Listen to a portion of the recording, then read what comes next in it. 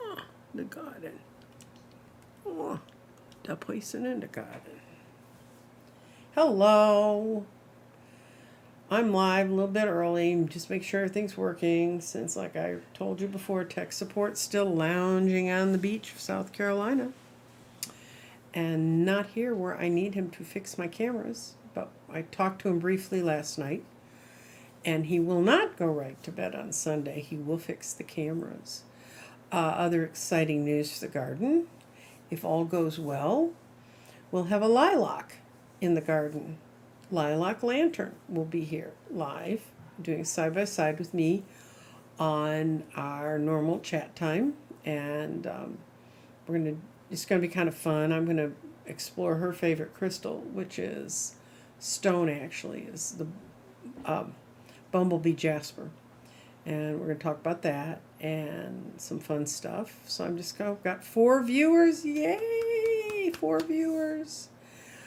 I had a lot of fun last night. I was on with Celtic Tarot, Sheila. And good. And you can hear me. That's one of those things that happens in this world. My little mic thing says it's miking, but sometimes it's not. Aloha. But I was on with Sheila last night and Sean, a former business partner of mine, talking about politics from the point of view of personally, what does it take for you to run? And that may lead us to some other discussions of how to get into volunteering, how to work and learn about how to be part of the political structure. We hit on that lightly last night, but there seemed to be a lot of response to that. Once again, I'm going to remind you all, although not all of you are here, to please like, subscribe, and share my videos. I know that the video I did with Bathrobe Danny about vibrations, called Good Vibrations, which has to do with vibrations and frequency, and about the energy shift the world's in right now, it's had over 1,000 views, which for my videos is like a whole bunch of people. And a lot of it was shared, from what I can understand from looking at the metrics. That's the other thing I need tech support here to do, because he does all that stuff for me. Okay, we're going to look at, first of all, what's going on around today. And I did a throw before we started. I'll take you off because you're what we're going to talk about later. I did a one and done. I threw the spirit, and it showed restart, restate, and solar plexus. And what those two stones put together, that stone put with those two entities, is that I'm looking at something from the past and I need to dig it up and clean it out, and then I can move forward. I can use my power to move forward. So I thought, okay, well, I'll just throw the rest of the stones. They all ended up in the past. Values, clarification, body, and mind all ended up either deal with old problems, look at things that you're doing, see how you can clear them up, what can you do, and then just flat out in the past was my values. And that I thought about it because I do this about 5 minutes before we really get started. And this one really means look up patterns and values that you need to change now. And then I realized that when this show's over, I have a reading later today to do a grid, to do the planning for a grid, but I don't have much of anything else, so I am cleaning out my closet. I moved here a year ago, and I still have a couple of small boxes full of things, and I just got frustrated with myself the other day and said, I've got big giant trash bags to throw all the clothes that don't fit me anymore. Because if you've had your head in a hole and you don't know this, I've lost 100 pounds in the last year and a half, and actually almost 2 years. And so I have a whole closet full of clothes that don't fit. A lot of them had to do with when I was out in public reading. And so I'm going to be... So those stones make complete sense for me. I don't know if they're making any sense for you, but I guess that energy for me is kind of out of the way because I'm done with what I needed to do. And I'm going to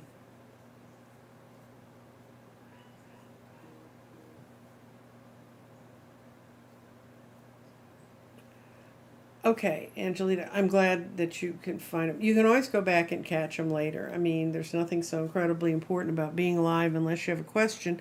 But if you have a question and you know you're going to be working and you're not going to be able to put it up, you can always go to my communities page. And speaking of, we're going to talk about my spot on the board that we're looking at today. And it was very, very interesting. This is actually from a couple of nights ago because I missed doing a couple days worth of being in the garden. And where I was is, I'm going to put a stone in the middle of it so you can see it on the board. And it is water. And water in shamanic tradition is the west. It's the energy of the west. And it means east is when things are rising and coming into the garden. West is when they're leaving, flowing out, getting completed, finishing up, getting ready to move on. That's what, if you read on my cheat sheet, that's kind of how water comes through. When I woke up in this dream, I realized I was going into one of my visions and I needed to start taking mental notes. The atmosphere was calm. That's why I checked what's the air doing and stuff like that.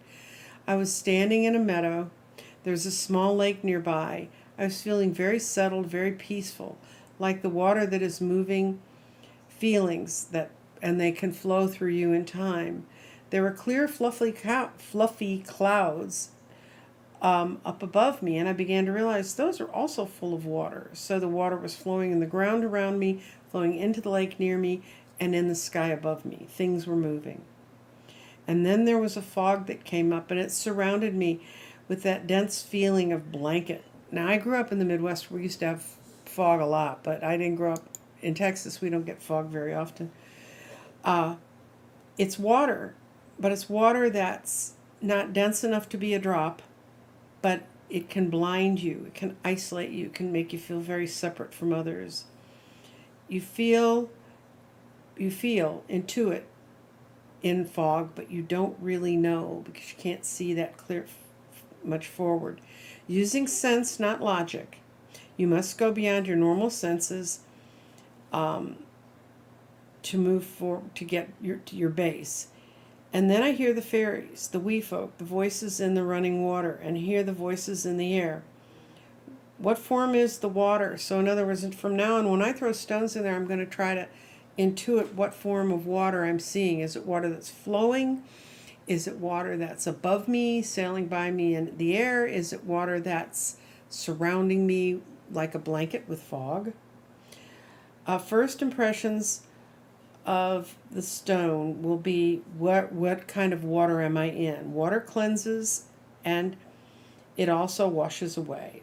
Pools can hide the vibrations. The small lake near me can hide vibrations beneath the surface. And then the last image I had when I was in that dream was to consider water, in this case, if you're talking in tarotish terms, like cups, like emotions. So, and the reason I'm telling you guys this is when I do my personal class on the garden, I'm going to have all these spaces. You're hearing it one day at a time.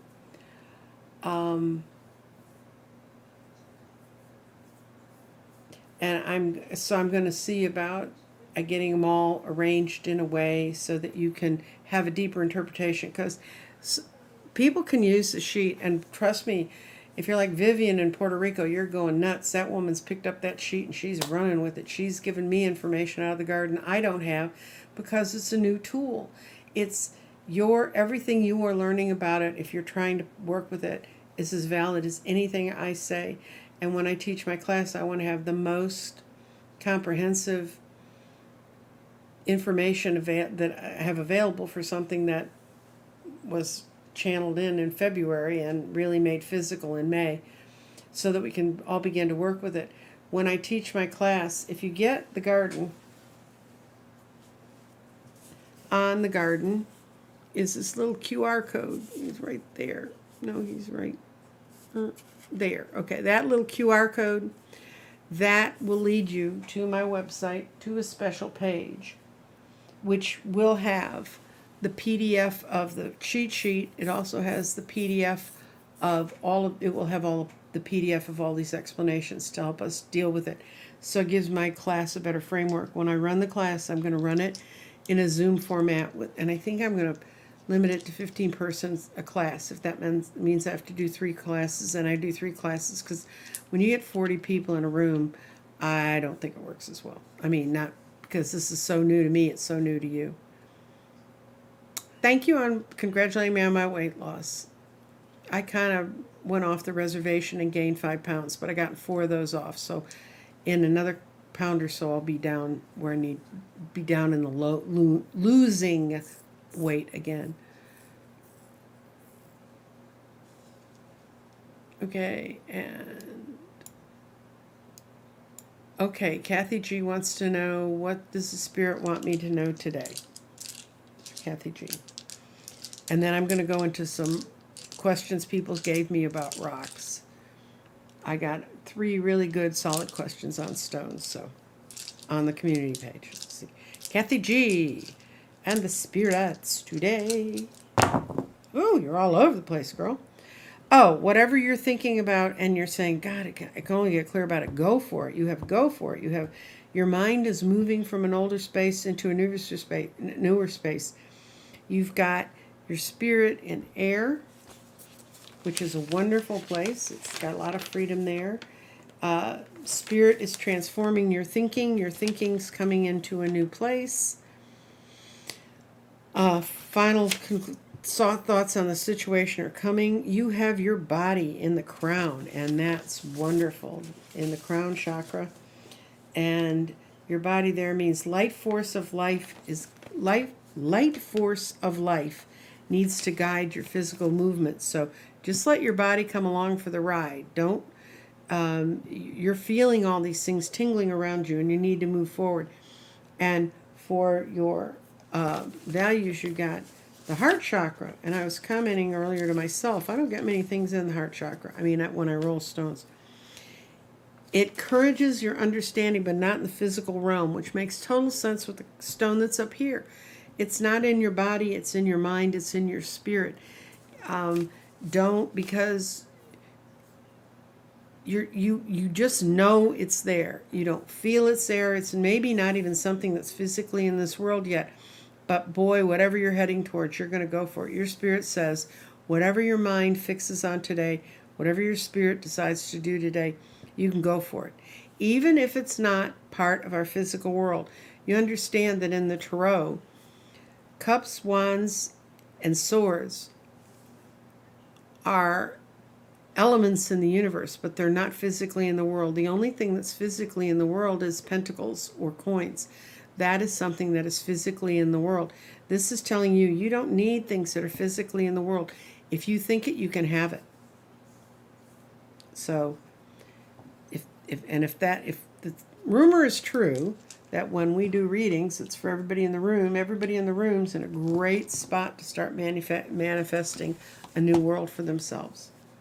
I got 3 questions and on the community page. One was about rutilated quartz. And rutilated quartz, and I don't have a sample right now, but rutilated quartz is clear quartz, but you can see lines through it. Other minerals have gotten stopped in them when it was forming in the volcano, and they look like little needles. And normally in quartz,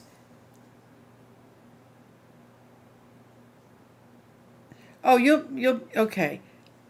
I will be relating things in the garden that relate to tarot, but I will be explaining them, so you should have no trouble finding it, going along with it. Let me finish rutilated quartz, and then I'll get to your questions. I'm trying to stop this before everybody gets way out of control. Rutilated quartz, and those little things are called aculars, and they're little bitty tiny, they look like little needles, and in needle-like inclusions in quartz this way make a lot more power in the quartz. And it can be tourmaline, it can be little silver and gold needles. The best rutilated quartz recently come out of Brazil, and the reason I got all wound up about rutilated quartz is I wanted to have rutilated wands for people to use when they were tuning into the egg. And I started doing all that after COVID, and I actually got the last 300 rutilated quartz wands in the U.S. according to the rock stores I deal with. They looked high and low. They got me the last 300, but they are with my fitter and kidder in Austin. They're not here, so I'd like to show you a piece. But go look it up. It's RUTILATED quartz, and it's a more powerful form of quartz. It's really pretty. It's really, really nice.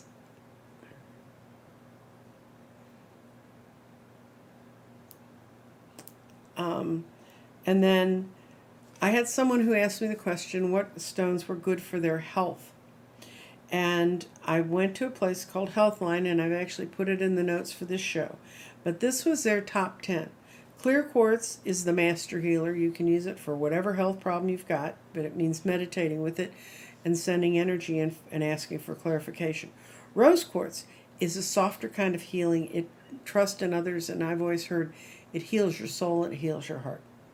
Jasper, the supreme nurture and protection. You know, I got that big red jasper right behind me. If you know someone who's going through some really hard times and needs protection within themselves and from others, jasper is a good stone to get to. Obsidian, it shields against negativity. So if you think what's happening around you may be because of negative force coming from other people, you can use the obsidian. You can also use the obsidian, hold on to it, and it will drain the negative energy out of you.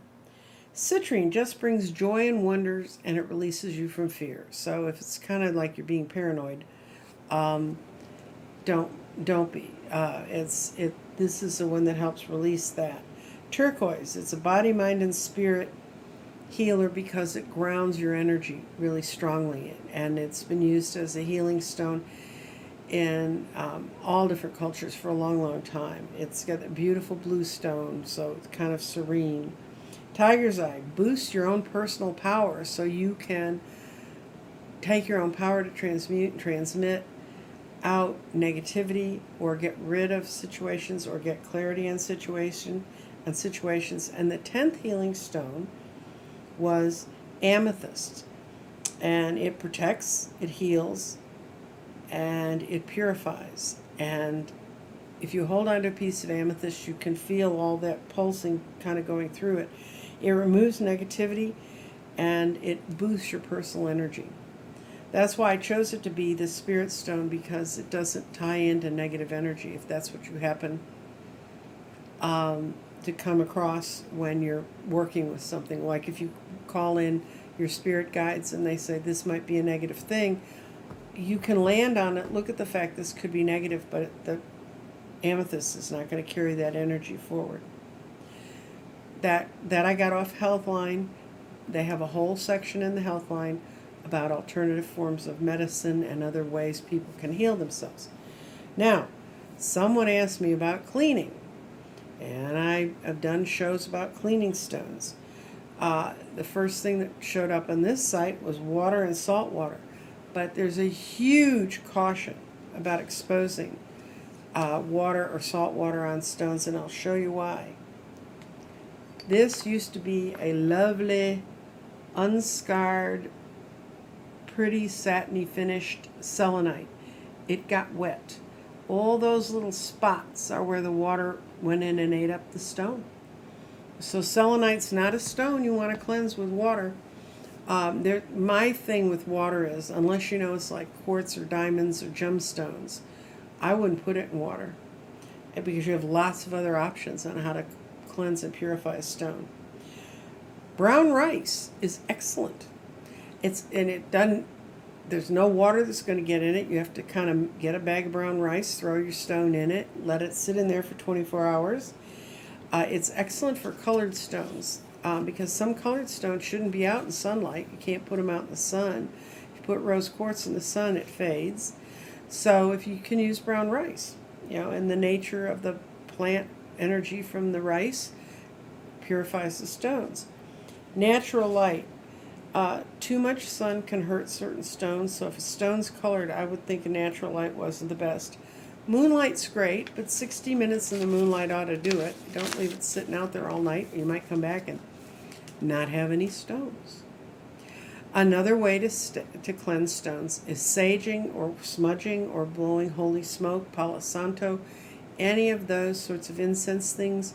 You can do that. Just do it for a few minutes and ask the smoke to carry off anything that shouldn't be attached to the stone. One of the things I use is I have a singing bowl, and I will do that to clear stones because they're not going to get wet. It only takes about 5 to 10 minutes to do it, and it's really quick. And I have so many stones around me, and I can't think of a stone that wouldn't like having a singing bowl near it. So that's how I clean stones in my office. Now, there's another way to clean stones is to use a larger stone. And you take a larger stone or a big cluster, or you could take one of these geodes I have and put little stones in the middle of the geode, and then ask the big geode to pull off negative energy and transmute it, change it. That would be one way to do it. And that takes about 24 hours. So you'd have to pack little stones in there for 24 hours and then take them out. Small stones, you can also make bags of or collections of small stones in a bowl and put a big stone that you feel like needs to be cleansed. It's been somewhere, you don't know where it's been, you've just acquired it, and you want any negativity drawn off it. And that takes about 24 hours too. Breath work. You can take a small stone, like the citrine I throw in the garden, you put it out and you breathe over it. And if you breathe over it, that can get rid of negativity and kind of get it back to its own natural energy balance. And that should take about 30 seconds. So some of these things are day-long projects. Some of them are quickies. And then the last thing, and I had never seen this until I was looking up how to recharge and cleanse stones. When I say cleanse stones, I mean recharge them. I mean get them back to their natural state so that they can work. And I saw one that said visualization, and it said visualize calm things, visualize the stone, have energy coming in, and then having energy leave. I do that some when I'm building grids. That's exhausting. I mean, for handling stones like that, for me, I would think it would be exhausting, so I would give you that word of warning. I don't know, I've never tried to do it that way, but it would be my word of caution today. Okay, our stone of the day. Our stone of the day is a fun stone. It's selenite. Can you, okay, selenite. Selenite. And it is spiritual awakening. That goes together with a lot of things I've been helping people with. It works on the crown chakra. It opens up the crown chakra, which can help you to spiritually awaken. It's kind of matched energetically with amethyst, chairolite, selenite, lepidolite, and obsidian. So it's got some strong partners. Selenite is used to calm and stabilize erratic emotions, clear away confusion, feelings of inadequacy, jealousy, doubt, other forms of negativity. It allows one to see the inner workings of a situation and grasp what is superficial and what is at the deeper levels. Selenite helps bring flexibility to one's nature and strength to one's decisions. And so one thing you will see a lot of is that thing I held up that I showed with water. It's been damaged, but it still works. This is a selenite wand. And you can use it to work with other stones if you're doing some sort of gridding or some sort of circle empowering when you're working with stones. This is kind of raw selenite. This is what it's just sheets of it that come out of the ground. Now what you can do with these, and it comes in all sizes, guys. What you can do with those stones is, if you have a child who's not sleeping well, you can put this under their bed. And it like it says, it removes negativity. So it can help a child with sleeping. I guess it could help an adult with sleeping. I've never had anybody ask me about this. This is another form of selenite. See, it looks like a white pillar. It almost looks like an iceberg. And sometimes you'll see selenite that's been carved. It carves, it's a pretty soft stone, and it carves, and they carve them into towers. And my grandson has a selenite tower that I stuck on a rotating LED light, just a small base, and that's his night light at night. And then when the light shines through the selenite, it's absolutely glorious. And selenite has other forms, though. This is what's called a desert rose. It looks like a rose. It just looks like a rose. This was not carved by a person. This was carved by wind, blowing against the selenite and swirling around the selenite and digging out the softer pieces and leaving the harder pieces. And there are parts of Oklahoma where these guys are just lying on the ground all over the place. And the Native Americans, the indigenous people to that area, they believed that each one of these encompassed a soul or a spirit. So they would take these home, and they would ask the spirit that was in that stone to bless them. I have one more that I should have brought out, but I didn't, because I'm not always organized.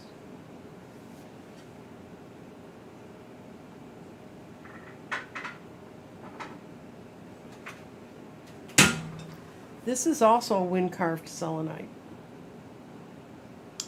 And I think they're fantastically interesting to look at and to see all the ridges that are in them.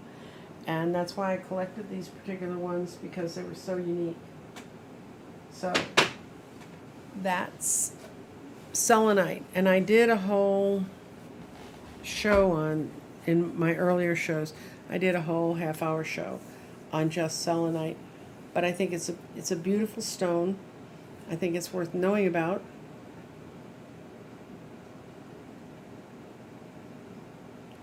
Oh, okay. Yeah, in Oklahoma they call those rose rocks. And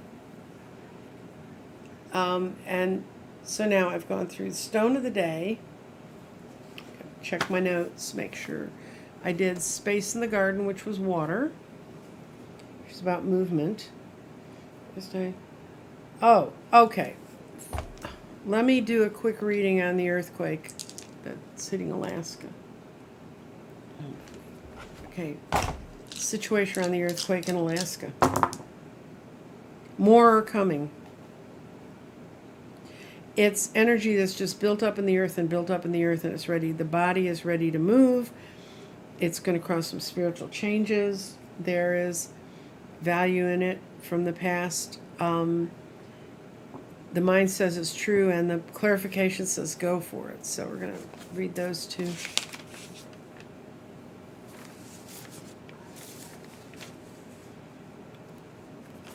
All will become realigned. No shit. I mean, tell me something I didn't know. Ground is changing in long-term patterns. Could it have been more accurate? The mind in this and true for this earthquake says positive thoughts. It's telling us we need to send positive thoughts for the people that are there. And then in fire, we have people, it's also drips over into restate. It's going to give people a chance to dig up their thoughts and rethink where they are and how things have been done. Spirit right now is transforming things. That's kind of a no-brainer too. And the way people do, it's going to challenge people to have to deal with new mental paths. Is it done? No. Yeah, those two stones, and there's going to be more this winter. So that's my prediction on the earthquakes. Okay. I was about to go into, fun things. Fun things in the sky. Okay, guys. And I have the link to this site below. But right now, this time of year, starting in late July and going in through August, we have two comets that pass by, and they create incredible meteor showers. And the one that started about 2 weeks ago, and it It's called the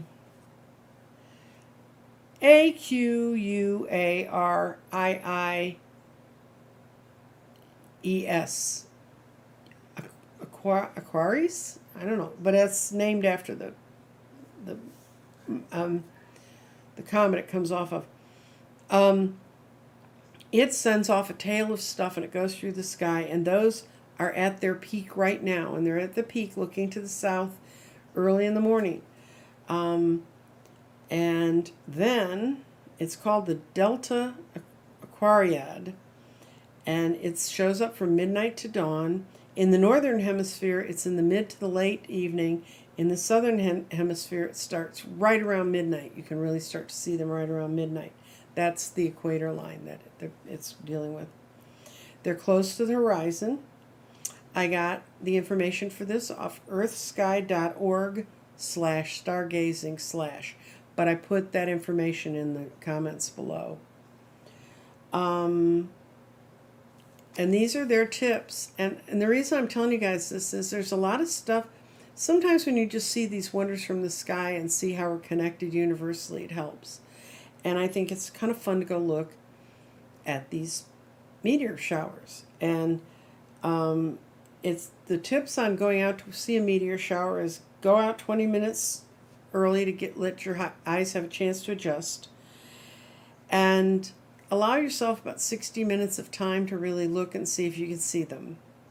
Looking to the south, try to get something with an unobscured view of the horizon. And I know where some of you live, that's really hard. But it's kind of a, if you plan and want to go with someone,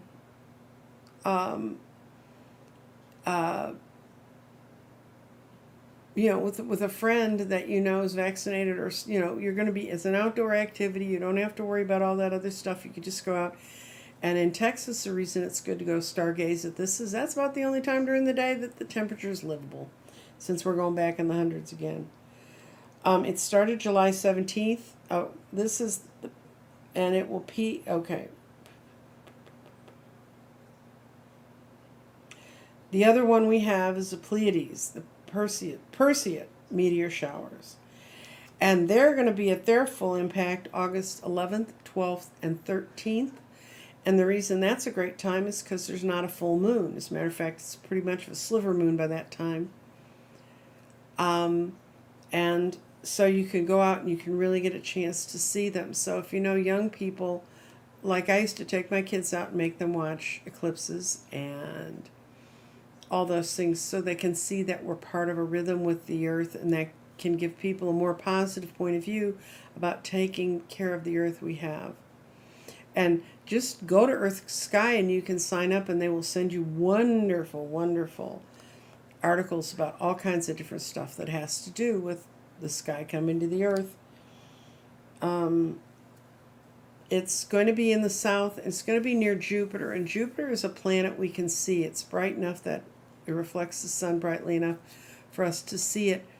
And if you don't know what the difference is between seeing a planet in the sky and seeing stars, stars twinkle. If you see an object in the sky and it's not twinkling, then it's a planet. Yes, because we're intersecting the orbital path of the seed of the comet's path, which is seed is the giant badass tail that it makes. If you go to that site, you can see kind of all of the science behind it. Why are things happening late in the... I don't know what things you think are happening late in the year. Right now, though, did you feel it yesterday? Did you feel a giant big oomph as Jupiter went back into Aquarius out of Pisces, and it's going to be over there till December? And I thought it was kind of interesting that I was discussing how people can become more aware and more part of the collective, just as Jupiter was making its last trip into the sign in the zodiac that is dealing with the collective. Anyway, that happened. Saturn is still squaring Uranus, for those of you who have any interest in that at all. And of course, the moon runs around squaring everything at different times during the month because it makes it all the way around every month. So, stargazing is an awesome thing to do. And those meteor showers happen yearly. That's true. Some years they know they're going to be a little bit better. Apparently, we're going right through the main tail this time. And so you can go see, really seeing shooting stars. And I remember one time when I was young and just floating around fancy free, I ended up in Hondo, New Mexico, in a natural hot tub on the edge of the Rio Grande, and sitting there late at night watching just shooting stars all over the place. They'll remember, because my kids used to, trust me, they did not want to be woken up. But my oldest son now has a telescope and really regularly invites everybody over. On the day of the Grand Conjunction, he invited over some of the neighborhood kids so they could see it through his telescope and really see it.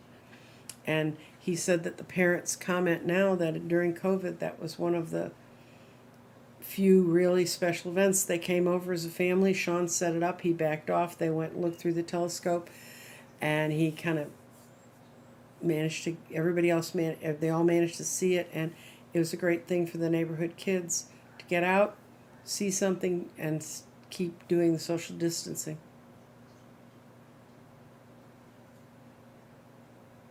Oh, I'm sorry, autistic mom. I don't know. Yeah, big planet changes cause all of us to feel emotional, and your son may feel it more than others. I don't know.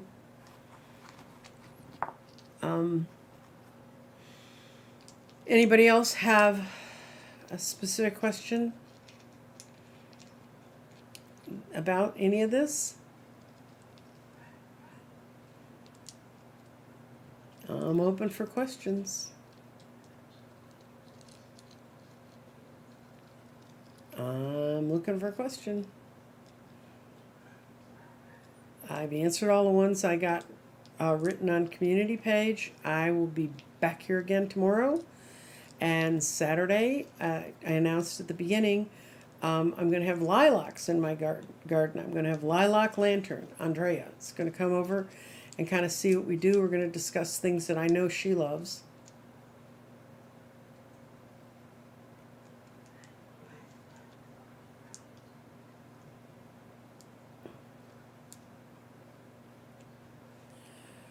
Okay, I asked my doctor what that was like when your body feels a disc loose an inch. He said he never heard of that. I don't know what I can say.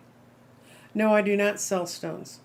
Go to Crystal Vaults or find a local rock shop. I always tell people, if you can get to a rock shop and you feel safe going in there, go in, because touching the stones is all important. The phone app. The phone app is... I have an Android phone, so if you have a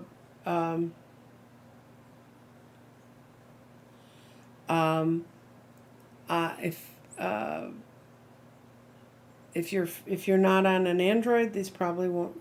It may not be there, but the site is called Crystal Light. Let's see. I'll go back to exit. Crystal's Light. And I just found it in the App Store, or you can put crystals in there. I found several different apps to look at, and they're convenient for me, because when I'm in the rock store, I can, if I see a name of a stone I don't know, I can look it up. This particular app carries characteristics, what they're good for, how they're rated, and yeah, and let's see, weather, channel, states, temperature, and season. Oh, okay, let's see. We're going to see if it's a recurring pattern.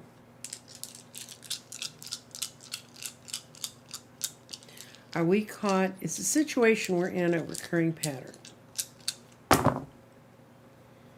I'd say path forward.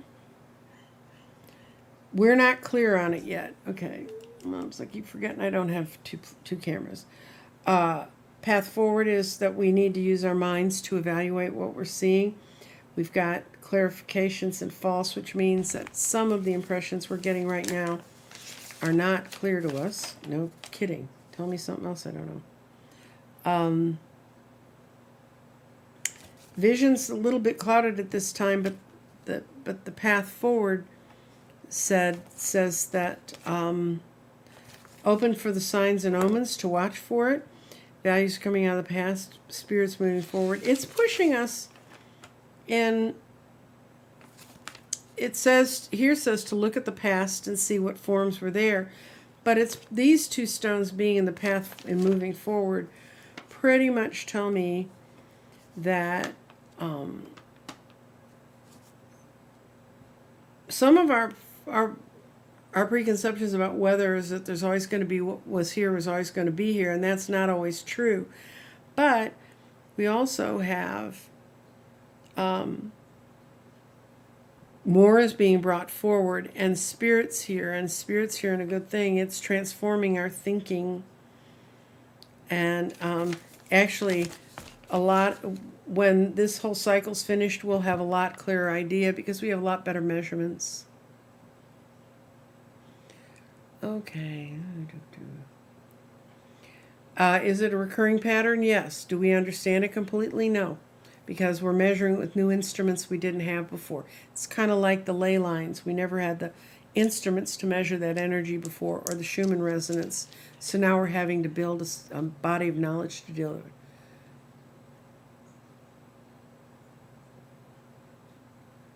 Okay. So he wants to know what's the situation about being in a hard lockdown like they're doing in Sydney?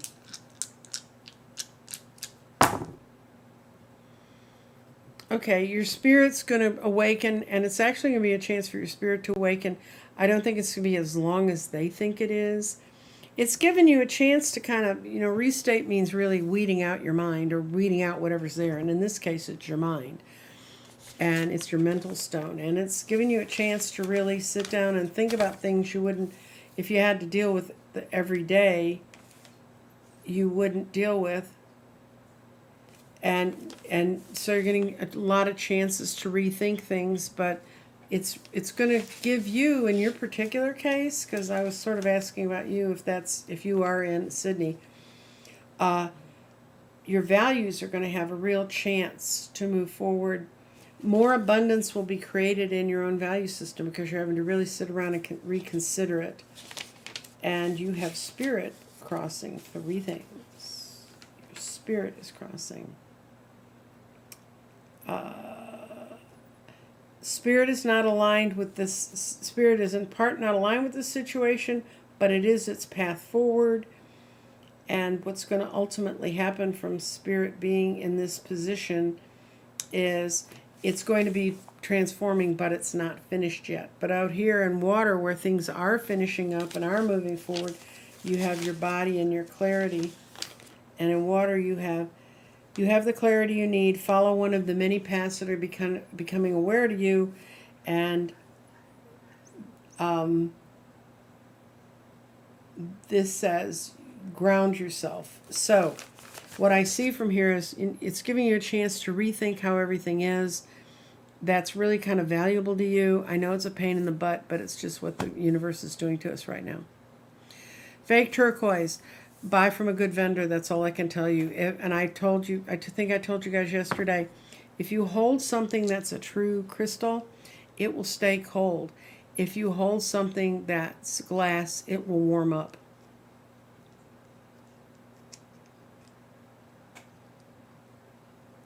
Okay. Oh, hi to Lois. And I'm on someone's speakerphone. But Lois is her mother, and her mother wants me to say hi. Hi. Perfect. Okay. Yeah, you can go to people who talk about false stones. I know about some false stones. I know about people who wrote me about enhancements. People put on stones. There's a kind of special glass it ends up that the optic wave of the dark red that's in leaded glass windows is the same optic it's the same optical wave as rubies, and rubies are very porous stones. And by treating them with that, it really strengthens a ruby. Some people they have to let you know they do that, and that diminishes the value of the stones, but it does not change the energetic vibration. So if you're buying it for energy, that's fine. Yeah, you can if you touch. That's why I'm saying if you can touch stones, if you can go in the store and go in a crystal shop and touch stones. I used to have my black obsidian on my reading table and a white clear quartz. And I would tell people here, I'd hand them the quartz and I'd say, "How do you feel?" And they could feel themselves just whew, their energy going out of their body. Then I'd take the quartz back and put their hand on the stone, and you can actually, with that obsidian, you can feel your energy going whomp through your body back into the ground. So that's how those work. Well, I'm going to do one more quick reading for everybody. I'm going to. Does anyone else have a friend named Scam Likely that calls them all the time? They make me nuts. Okay, I'm going to pull a card for all of us, and once again, if you want to give me a chance to really look up your answers, so I'm not having to just pull it out of my head. Write them on the community page. If you think about a stone you always want to know about or something you'd like to know about. And Saturday we have a guest, Lilac Lantern, and she and I are going to talk. Basically, I'm going to talk about some articles I found about 4 and 5D ascension, because I've had two people from my world, people I read, who have gone through ascension experiences that were both very much alike. And they both have had great changes since that happened. And we are pulling fuchsia. True feelings. And within you is all you really need to know. A lot of times people say, "Well, how would I know that? How would I do it?" If you feel in your heart like you've known it since the day you were born, that's your intuition telling you you've known it since the day you were born, and now it's being awakened so you can work with it. Thank you for the person who just donated. Yay! It does help me. It helps me get new stones, get new books, get new amazing ideas for you.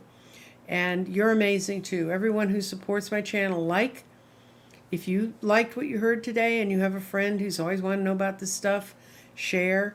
One of the shows I'm going to do next week is about gridding and how I put stones together. So that ought to be kind of fun.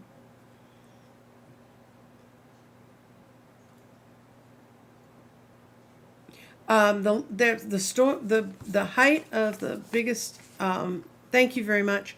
The height to Susan. The height of the meteor shower is 11th, 12th, 13th. I write these things down. 11th, 12th, and 13th in August will be the Perseid. That's the one that's Perseid. But both of these showers are happening in the same sort of space, and they're kind of running into each other. So it's supposed to be a really, really, really good time to go see them. And, since we're supposed to do things outside and where we don't need to wear masks and you can go out and then you come home and sleep during the heat of the day. I mean, I live near a golf course, so one of those nights I'm going to wander down and wander around the golf course and see what I can see. So I'll be out there with y'all. I walked a whole mile today, went and hugged trees. I think my neighbors must think I'm insane. It's okay. And it's hard to hide from your neighbors when you have purple hair. So thank you so much. I appreciate each and every one of you. If you want to find out more about what I do, go to my website, www.crystaldirections.com, and you can go to the store and you can see my crystal grids. You can see what I do, and I hope that you have a wonderful day. I hope you're not living where things are shaking. Yes, I love fuchsia, and I love fairy rings, and I love the myths around fairies and the elementals. And I wish you all good luck and that you don't run into the bad ones.